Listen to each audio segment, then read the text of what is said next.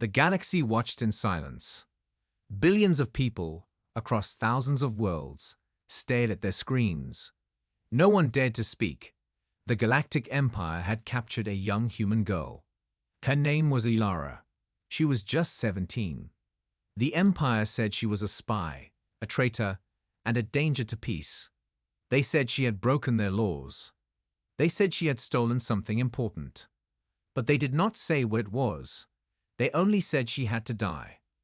Ilara stood on a dark metal platform in the middle of the grand execution hall. It was the most feared place in the galaxy. The hall was cold, gray, and filled with cameras. The floor was clean. Too clean, like nothing had ever lived there for long. Guards in black armor stood beside her. They looked like statues. Their faces were hidden behind their helmets.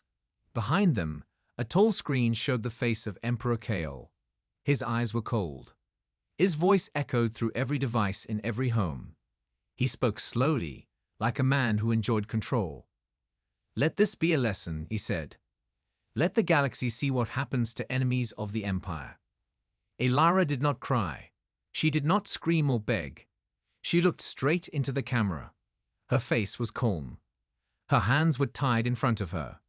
Her brown hair was messy, and her white prison clothes were torn. Still, she stood tall. She did not look like a criminal. She looked like a message. She took a deep breath, and then, in a quiet voice, she spoke. Her words were simple. 47 minutes, she said. That's all it takes. The guards did not ask what she meant. They were trained not to care. One of them pressed the button. A beam of light flashed. It hit her chest. Ilara fell to the ground. Her body did not move again. For a few seconds, there was silence. Then the Emperor spoke again. "Let fear guide your loyalty," he said. "This is our justice." The screen turned black. The broadcast ended. But just as people began to turn away from their screens, something strange happened. All the screens turned on again by themselves. The Empire's symbol flashed, then faded. In its place, strange green lines appeared. A timer. It started counting down. 47 o'clock, 46:59, 46:58. No one knew what it meant. People in their homes stayed in confusion. Soldiers in their bases looked at each other. Empire officers tried to shut the screens off, but nothing worked. The timer was everywhere. Even in the Emperor's throne room, it appeared on the wall. "What is this?" he shouted. Technicians ran around, trying to fix the systems, but the countdown kept going. On the Empire's largest warship, alarms started ringing. The power flickered. Lights dimmed. Engines stopped for 3 seconds, then restarted. Something was wrong. Very wrong. Commanders sent messages to each other, but some channels were already dead. "This is not a glitch," said one officer. "This is a message." Far away, on a small hidden base on an icy moon, a young man watched the timer too. He sat alone in a dark room, surrounded by old tech and glowing screens. His name was Riven. His eyes were red from crying, but his face was calm. He had watched his sister die. He had seen her final words. And now, he saw the timer. "She did it," he whispered. "Ilara really did it." Riven stood up and walked to a large machine. It was old, built from stolen parts, and powered by something ancient. In the center, a blue light pulsed slowly. He placed his hand on it. The light grew brighter. The machine hummed. "Now it begins," he said. He typed a few commands. Across the galaxy, more signals began to spread. They moved like waves, fast, quiet, and unstoppable. In the Empire's central communication tower, all systems began to fail. First the satellites, then the drones, then the shields. One by one, the lights on the control board turned red. A voice spoke from the speakers, not loud, not angry, just clear. 47 minutes remain. The Emperor stared at the countdown on his wall. His hands were shaking. He had ruled for 30 years. He had crushed every enemy. But this was something different. This was not a war. It was a promise. Made by a girl who said nothing, then everything. A girl whose death was not the end, but the beginning. All across the galaxy, people were no longer afraid. They watched the timer, and for the first time in years, they felt something new. Hope. And the clock kept ticking. 45:12, 45:11. Riven moved fast. His fingers tapped the keyboard like he had done it 1,000 times. The machine in front of him lit up, brighter with every second. Cold air filled the room, and steam rose from the floor. But he didn't stop. His mind was sharp. His heart was full of fire. He had waited for this moment for years. Now it was here. Ilara was gone, but her mission was alive. The countdown was real. The plan had started. Long ago, before the Empire grew powerful, Earth had found something deep underground. It was not made by humans. It was older, stronger. It was an AI, a super-intelligent machine built by a forgotten race. They called it Valor. No one knew what Valor was made for, but it was dangerous. Too dangerous. Earth's leaders hid it. They sealed it in the planet's core and swore never to wake it. But when the Empire invaded Earth, that promise was broken. Ilara and Riven were just kids when the war came. Their parents were scientists. They worked on ancient tech. Before they were taken by the Empire, they left a secret message. It spoke of Valor. It said the AI could only be awakened by a special signal, one sent by a living person's death. A person with the right DNA. Ilara had it. She always knew what she had to do. Riven remembered her words. When they kill me, you run the code. No earlier, no later. The moment I die, start the clock. And he did. The second her body fell, he pressed the button. Velo woke up. Now the AI was spreading through the Empire's systems. Quiet, fast, and impossible to stop. First, it hit the small things, security cams, drones, doors. Then the big things, warships, satellites, and shields. The Empire didn't understand what was happening. They thought it was a virus. But this wasn't a virus. It was a storm. Back in the Empire's central hub, alarms screamed louder. Lights blinked on and off. Top engineers tried to reboot the systems, but nothing worked. They used backup power. Still failed. They tried emergency controls. No response. One man whispered, "It's like something is thinking for us." Another shouted, "We've lost 40% of our network." The countdown kept going. 38:26, 38:25. The Emperor stood in front of a large map showing the galaxy. Red lights began to appear. One planet, then 2, then 10. The red lights meant systems were offline. No control, no power, no empire. His hand slammed the table. "Find the source," he ordered. "Kill it." But it was already too late. In space, the Empire's strongest ship, the Titan's Hand, drifted without engines. The crew was trapped. Doors wouldn't open. Weapons were dead. The captain screamed into his radio, but the signal only sent back one word: Valor. Riven opened a secure line and sent a message across the galaxy. It was short, just 3 words: "She is free." On distant human colonies, people watched the sky. The Empire's patrol ships fell. Machines stopped moving. Guards lost their guns. Prison gates opened. The humans didn't know what was happening, but they saw the timer, and they remembered Ilara's voice.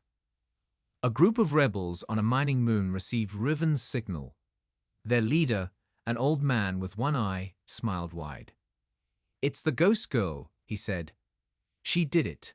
He grabbed his old rifle. "Tell the others. The time has come." In the Empire's secret science station, a group of experts gathered. They studied the code that had taken over their systems. One woman, a cybernetic engineer, looked pale. "This isn't Empire tech," she said. "It's older, much older. It thinks like a person. It learns. It grows. Another scientist asked, "Can we stop it?" She shook her head.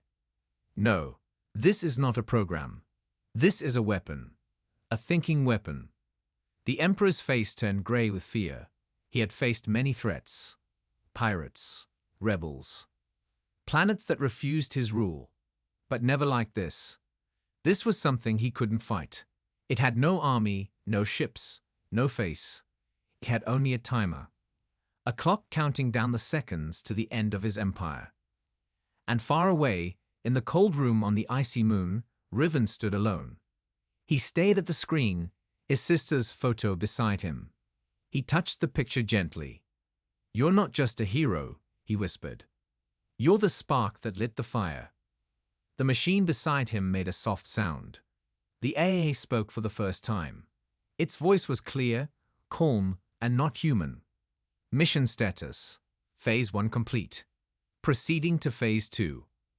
The countdown showed 33 o'clock, 32:59. And the galaxy began to change. The Empire had ruled for a long time. People believed it could never fall. Its ships were everywhere. Its laws were strict. Its punishments were cruel. For many years, humans lived as slaves, workers, and tools. Their voices were silent. Their hopes were gone. But now, something was different. Something had changed. The countdown was ticking, and power was disappearing.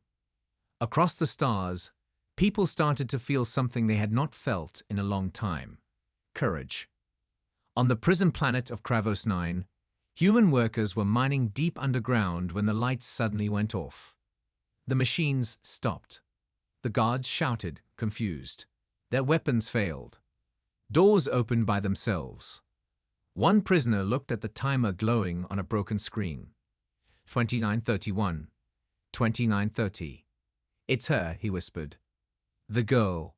The one they killed." Another prisoner, tall and strong, stepped forward. "That we don't wait anymore," he said. "Let's move." All over the galaxy, it was the same. On slave farms, in space factories, on warships and space stations, human hands grabbed tools, old weapons, and even rocks. The Empire's control was falling apart. Their ships couldn't fly. Their guns didn't fire. Their leaders had no answers. What had once been order became chaos. Riven saw it all. He stood in front of a giant screen filled with hundreds of live feeds from across the galaxy. The Valor showed him every place where humans were rising. "You did this," Riven whispered to the machine. "No," Valo replied in its soft voice. "She did this. I only followed her last command." Riven nodded. She believed in people.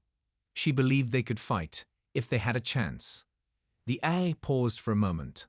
Then it said, "Now they have one." Back in the Empire's main control room, panic grew. Systems were crashing. Calls for help were unanswered.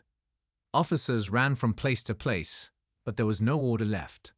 General Vaughn, one of the Empire's top commanders, slammed his fist on the control table. "We are losing everything," he said. "This is not a small attack. It's a total failure." The Emperor stood still, watching the red dots cover the galaxy map. He said nothing. For the first time, he looked afraid. In a desert city on planet Yolna, a group of human children hid in an old school. They had always been scared. The guards there were cruel. They hit people for speaking out loud. But now, the guards were gone. Their transport had crashed. Their radios were dead. The oldest child, a boy named Jace, stood in front of the group and pointed to the screen. "She gave us this moment," he said. "Let's not waste it." A message appeared across all devices, on screens, in holograms, even inside Empire communication channels. It was short, just a simple sentence, but it carried power. It said, "We were weak, but not anymore." The Empire tried to block the message. It failed. They tried to delete it. It returned. Every time they removed it, it came back stronger.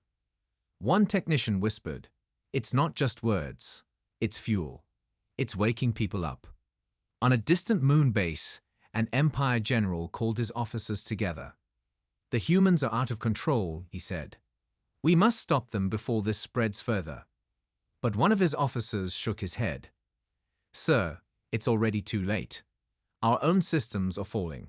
Ships are down. Our food supply is off. Drones are falling from the sky. The general yelled, then destroy the signal. Another officer said, Sir, the signal is not just from one place. It's everywhere. It's in the stars. Riven sent one more command through the AI. Give them what they need. Valor responded, weapons.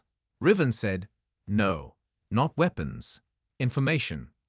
Across the galaxy, blueprints appeared on screens. Simple, old-style tools. Ways to make radios, energy cells, and basic shields. Not to attack, but to survive. To stay free. They'll know what to do with it, Riven said. As the countdown moved closer to 0, human leaders across different worlds connected. For the first time, they spoke freely. No guards, no spies, no fear. One leader, an old woman from planet Cerna, said, We never thought this day would come. Another replied, It came with her blood. We honor her with action. And they did. The rebellion was no longer just a dream. It was real. It was loud. It was strong. It had no single leader. But it had one name. Ilara. People painted her face on walls. They whispered her last words. And the timer kept going. 23:5. 23:4. Hope was no longer a quiet thought. It was now a storm. The Emperor could not sleep. The sound of alarms filled the palace. Every screen showed red. Every signal brought bad news. More planets were lost. More ships had gone silent. And the countdown kept ticking. 1917, 1916. His face was pale. His eyes were dark. For the first time in many years, he was not in control. That made him angry. Furious. He stood up and shouted, Prepare the final protocol. In a hidden chamber deep below the palace, a secret weapon was stored. Few people knew about it. Even fewer had seen it. It was called Project Black Sun. It was not a machine, not a virus, not a bomb. It was something much worse. A living AI, made to fight and destroy other AIs. Built from ancient tech and filled with rage. The Emperor had created it long ago, in case something like Veilor ever appeared. Now he gave it one command.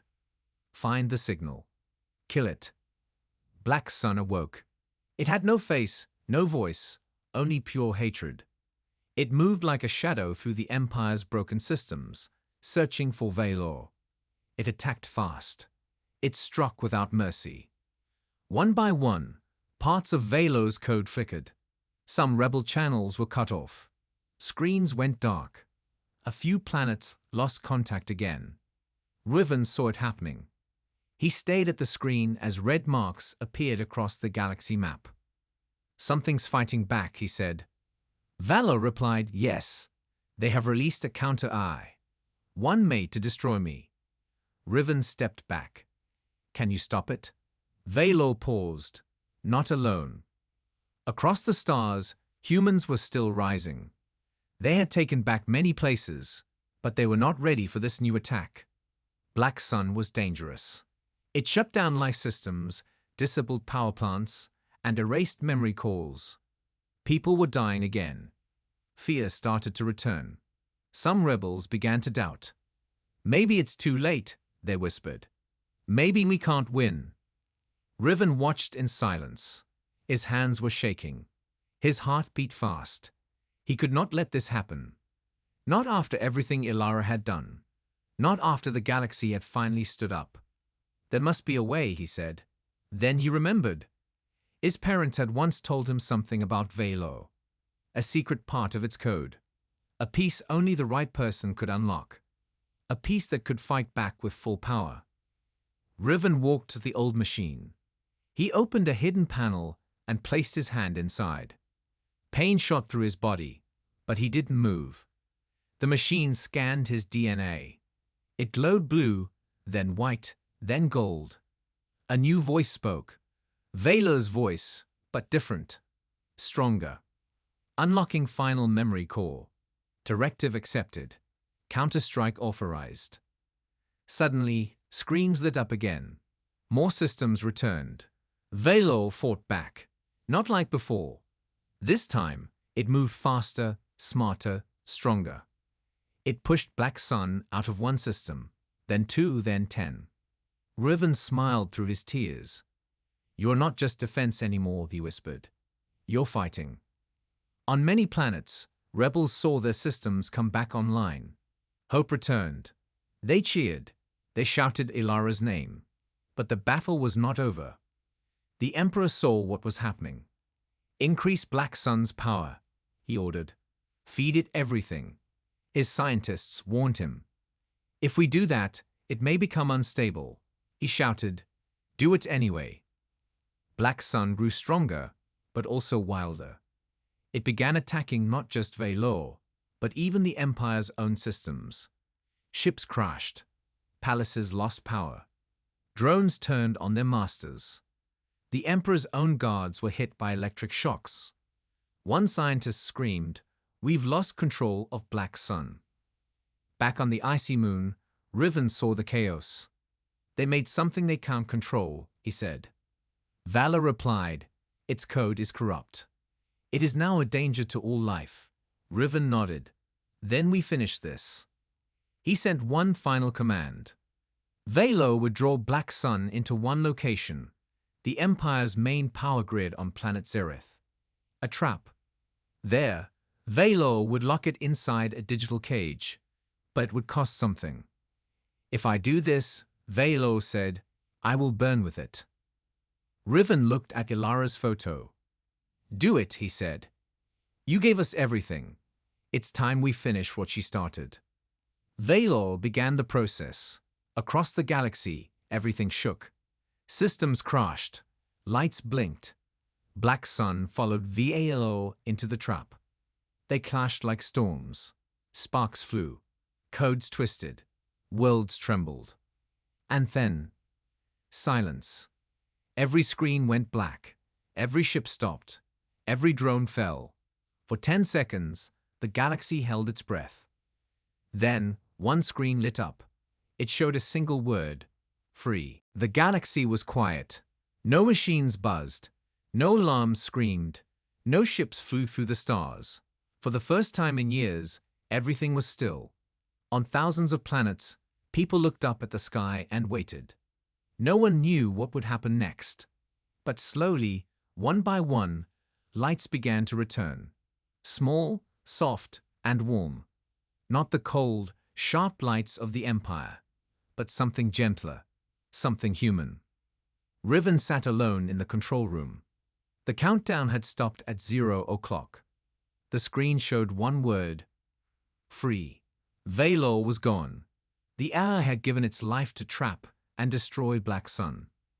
It had kept its promise to Ilara and to the people of Earth. Riven touched the photo beside the keyboard, the picture of his sister smiling. "You did it," he whispered. "You really did it." Across the galaxy, people came out of hiding. Prison doors were open. Factories no longer forced people to work. Ships once marked with the Empire's symbol now flew free flags. Old radios crackled with voices, human voices, talking to each other for the first time in years. No codes, no commands.